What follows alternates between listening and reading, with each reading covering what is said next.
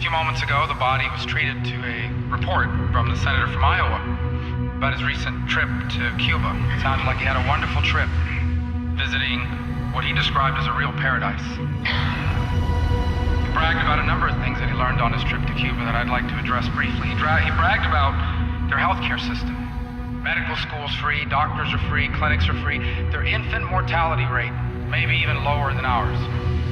I wonder if the senator, however, was informed, number one, that the infant mortality rate of Cuba is completely calculated on figures provided by the Cuban government. And by the way, totalitarian communist regimes don't have the best history of accurately reporting things.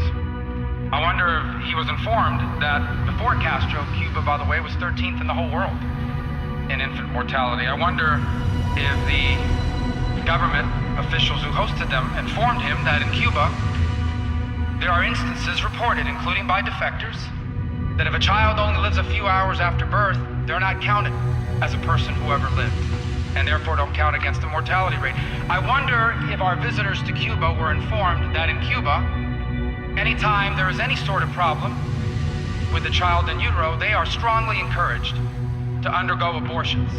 And that's why they have an abortion rate that skyrockets, and some say is perhaps the highest in the world.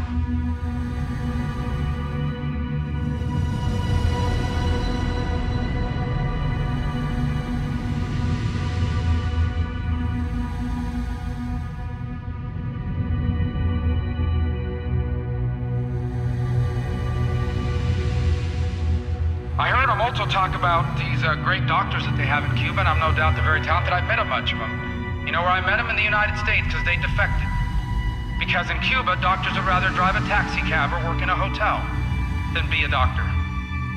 I wonder if they spoke to him about the outbreak of cholera that they've been unable to control, or about the three-tiered system of healthcare that exists, where foreigners and government officials get a healthcare much better than that that's available to the general population. I also heard him speak about baseball, and I know that Cubans love baseball since my parents were from there and I grew up in a community surrounded by it. He talked about these great baseball players that are coming from Cuba, and they are. But I wonder if they informed him. In fact, I bet you they didn't talk about those players to him, because every single one of those guys playing in the major leagues defected. They left Cuba to play here. He also talked about how people would come up to him in the streets and not a single person said anything negative about America.